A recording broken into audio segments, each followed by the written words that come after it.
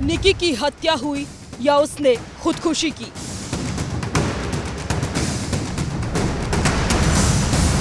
दोनों ही एंगल से जांच में जुटी है पुलिस टीम।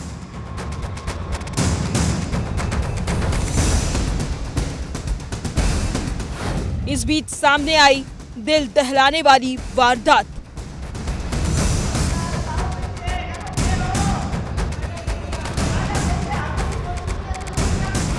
संजू ने 3 साल की बेटी के साथ खत्म की जिंदगी।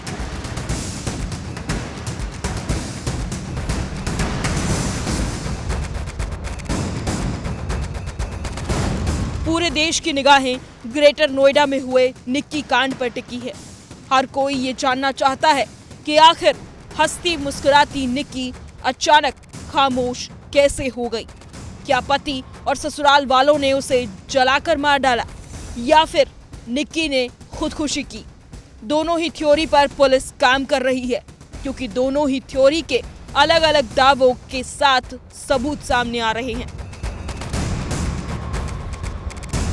लेकिन इस बीच ग्रेटर नोएडा से करीब 650 किलोमीटर दूर जोधपुर में जो कुछ भी हुआ है, उसे देख और जानकर आपकी रूह कांप जाएगी।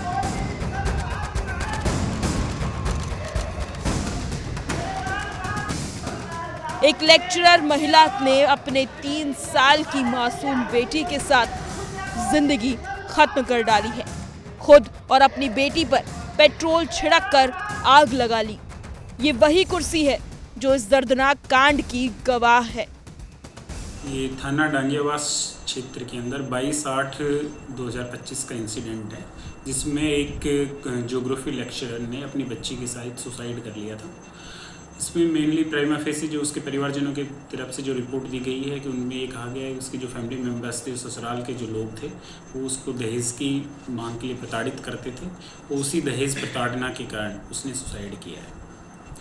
सर, इसमें पहला मामला जो आ रहा है जिसमें मतलब एक चेयर के ऊपर पेट्रोल डाल के बच्चे के साथ उन्होंने आत्महत्या किया था, और अब जो बात आ रही है सुसाइड नोट भी सामने आ रहा है, ये क्या मामला है? इसमें जैसे हमने एफएसएल के साथ जो घटनास्थल का निरीक्षण किया तो उसमें एक जली हुई कुर्सी मिली थी, जिसमें अब वो तो क्या परिस्थितियां रही, कैसे उसने सुसाइड किया है, इसके बारे में अभी तो जांच चल रही है।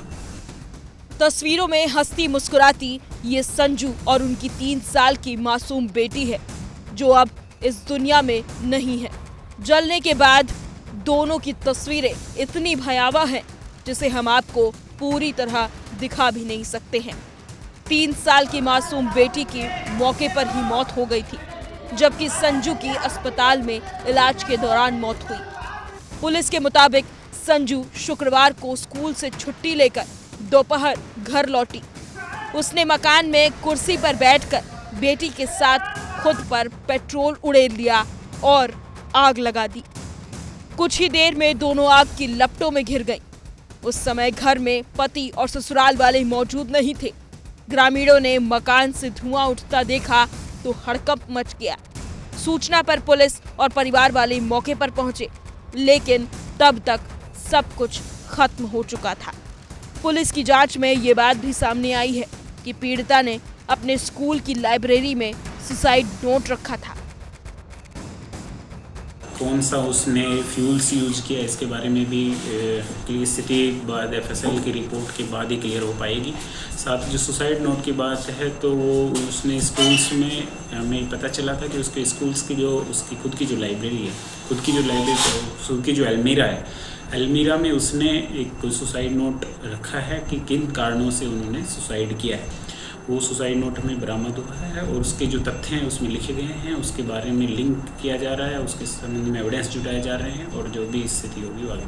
सर, सुसाइड नोट में जैसे तथ्य आ रहे हैं तो ऐसा कोई ससुराल पक्ष से है क्या, मतलब मजबूरी है? मेनली जो उसमें भी जो उसका क्रक्स यही है कि जो फैमिली मेम्बर्स थे उन्हीं पे आरोप लगाए हैं उसने, और किसका क्या रोल है इसके संदर्भ में पूरे जो अनुसंधान, जो भी तथ्य आएंगे, जो इलेक्ट्रॉनिक एविडेंस आएगा और जो भी डॉक्यूमेंट एविडेंस आएगा, जो वर्बल एविडेंस है, सभी के आधार पे इस पे जो भी मुलजिम है उसका अरेस्ट किया जाएगा। संजू के घर वालों ने संजू के पति दिलीप बिश्नोई, सास और ससुर पर दहेज के लिए प्रताड़ित करने और आत्महत्या के लिए उकसाने के गंभीर आरोप लगाते हुए एफआईआर दर्ज कराई है। फिलहाल एफएसएल टीम ने मौके से सबूत जुटा लिए हैं और पुलिस ने मामले की जांच शुरू कर दी है। ये दर्दनाक घटना न केवल परिवार बल्कि पूरे समाज को झकझोर गई है।